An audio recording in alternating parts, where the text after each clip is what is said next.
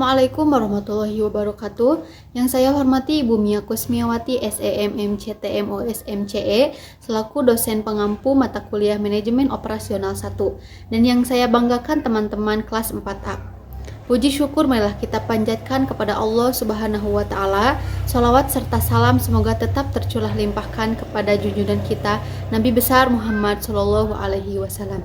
Adapun topik yang akan saya paparkan pada presentasi kali ini yaitu metode kerja dengan sumber rujukan buku Manajemen Operasi dan Produksi oleh penulis Dr. Avinash Power PH MBA BE Mia Kusmiawati SEMM CTMOS MCE dan Dr. Andre Suryaning Pram SEMM dengan sumber materi buku Manajemen Operasi dan Produksi.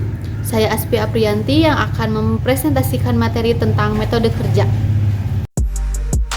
Untuk meningkatkan produktivitas, dua fungsi penting dari manajemen produksi adalah pemasangan metode yang paling efektif untuk melakukan operasi dan pengendalian sumber daya, terutama pabrik dan tenaga kerja yang dibutuhkan dalam menjalankan operasi. Studi kerja sebelumnya dikenal sebagai studi waktu dan gerak memenuhi dua persyaratan, melalui dua spesialisasi pelengkap studi metode dan pengukuran kerja. Studi metode kerja adalah pencatatan sistematis dan pemeriksaan kritis terhadap cara-cara yang ada dan diusulkan untuk melakukan pekerjaan, sebagai cara untuk mengembangkan dan menerapkan metode yang lebih mudah dan lebih efektif serta mengurangi biaya. Definisi tersebut menyarankan pemeriksaan metode produksi yang ada serta yang diusulkan pemeriksaan kritis ketika dilakukan pada metode yang ada, membantu perusahaan untuk mengidentifikasi biaya yang tidak perlu terkait dengan pekerjaan yang ada. Biaya tersebut ditambah ke pekerjaan karena berbagai alasan dan tidak mudah terlihat terutama bagi mereka yang bertanggung jawab. Menyebabkannya, mereka terungkap ketika metode produksi yang ada dianalisis secara kritis dan tidak memihak. Pemeriksaan kritis terhadap metode produksi yang diusulkan di sisi lain membantu organisasi untuk mencegah kemungkinan pengenalan biaya yang tidak perlu dalam pekerjaan baru. Metode studi kerja adalah pendekatan yang terorganisir dan penyelidikannya bertumbuh pada 6 langkah dasar berikut. 1. Pilih pekerjaan yang ada di analisis. 2. Catat semua fakta yang berkaitan dengan metode yang ada. 3. Periksa fakta yang terekam secara kritis tetapi tidak memihak. 4. Kembangkan metode paling ekonomis yang sesuai dengan kebutuhan pabrik.